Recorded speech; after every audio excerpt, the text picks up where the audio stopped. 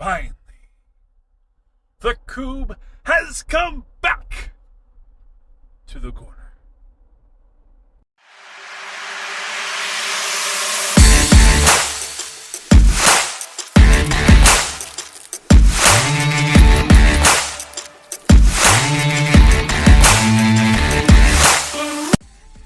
What is up, everybody? Welcome back to the Coub Corner Pod. We're back in it, baby. Training camp is live, so your boy is live.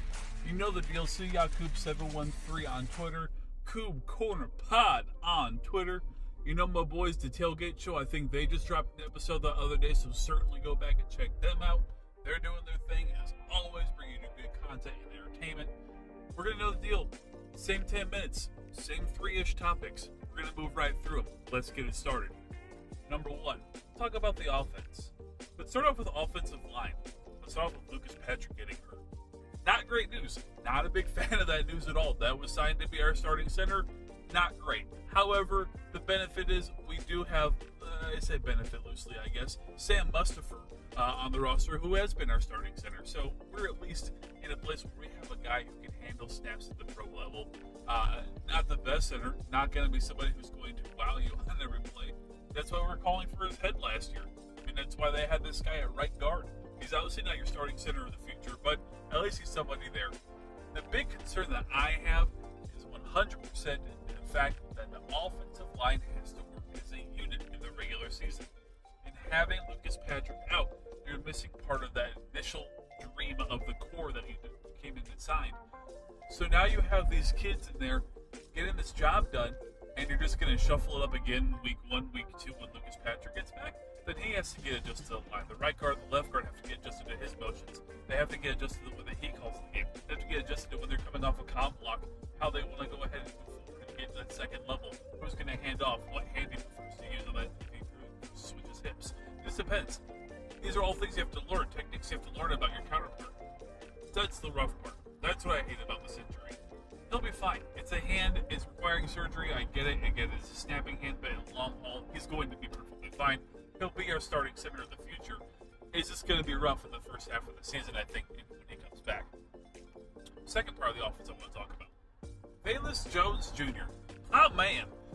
This boy is killing it in practice. Everywhere he goes, he's burning DBs. He's making big plays. He's separating himself. All the reporters are saying that, hey, you know what? This guy actually can run pretty crisp routes, too. So you got a 4-3 guy with good route running. It's pretty solid hands from what I've seen on the clips. And you got yourself a wide receiver, too. Yes, I know Darnell Mooney isn't a prototypical wide receiver 1 at that size, but guess what? He's your best wide receiver. That makes him wide receiver 1. I get he's not 6'4" and 200 pounds like some of the other guys we have on our roster, which aren't really doing much. But size isn't everything. My wife knows that.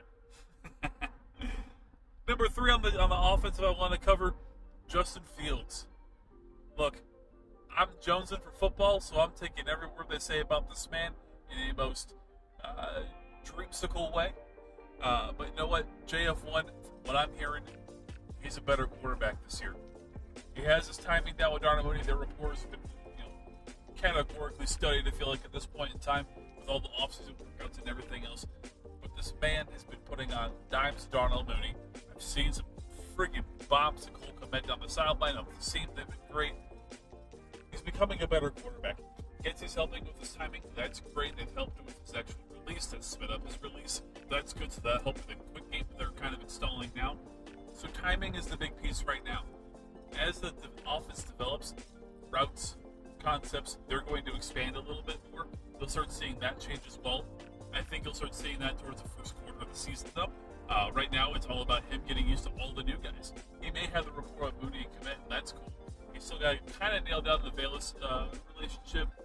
You saw, I think, on one pass in camp where he underthrew him. I've seen him overthrow him once. So it's a work in progress, but man, the combination of talent on the offense, especially on the skill player side, between all them and Monty, Herbert, I love it. I absolutely love it. Topic number 2, defense. Look, we're going to cover this real briefly because Pads haven't come on yet, so defense can't really do anything. For the interceptions, I'm loving it. I'm loving the fact that our secondary are absolutely going after the ball. one of them I'm not going to give to Eddie Jackson. Everyone knows I'm a Bojack hater in the first place, but I'm not going to give it to him. N'Keal Harry, what the hell were you doing? That's fine. It's practice. Make that mistake in practice. Don't do it in a game. But yeah, I think Justin Fields could place the ball a little bit better for him? Sure, but you always go with two hands. If you go with one hand, it's a guaranteed tip. You're not OBJ. Stop it. But I digress. So yeah, I'm not going to give that pick to Eddie Jackson. But I am hearing about how Brisker jumped routes, how Brisker, had a different one off of the tip play. So ball awareness is there, turnover awareness is there, and that's key, and that's what I like hearing. I also love the fact that Flus and Getz are doing what they said they were going to do. You have Flus coming in there saying, hey, you're not hustling. We're doing that rep again. I love that. I love the corresponding message from other positional coaches like Getz saying, hey, I'm not pleased with where we are. We got to get better as a team. We got to get better as an offense. So the messaging from the coaching staff has been consistent. You're going to work your ass off. You're going to be tired at the end of practice. You're hearing that interviews from Gordon and some other guys. They're tired after practice. I don't think I heard one player say they were tired except for maybe Keem Hicks. Topic number 3. Let's cover this real quick. Week 1. Yeah, I'm skipping preseason because I'm ready, baby. I'm so ready. Justin Fields versus Trey Lance. Look, we're going to take down some of the specifics here. We're going to go pretty high level just from a type of quarterback position, right? So, Justin Fields and Trey Lance. From a layman's term, somewhat similar quarterbacks. Extremely mobile, extremely fast, cannon for an arm. In my opinion, I think the opinion of the whole wide world, probably, Justin Fields is immensely more accurate and by far a better quarterback. Some of that does come with time. Fields has a whopping 18 games in his career in college, and I think he had 2 starts last year. So 20 games in his whole career with, 90% of them coming in college.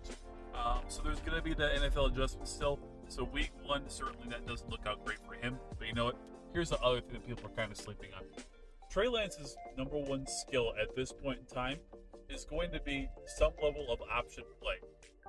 He keeps it, he runs it, he rolls out, he decides to keep it, but he dumps it off, or whatever, he passes it, whatever the case may be. But they're going to be short passes, they're going to be off motion, they're going to be quick passes. These are all things that our defenses are ready preparing against.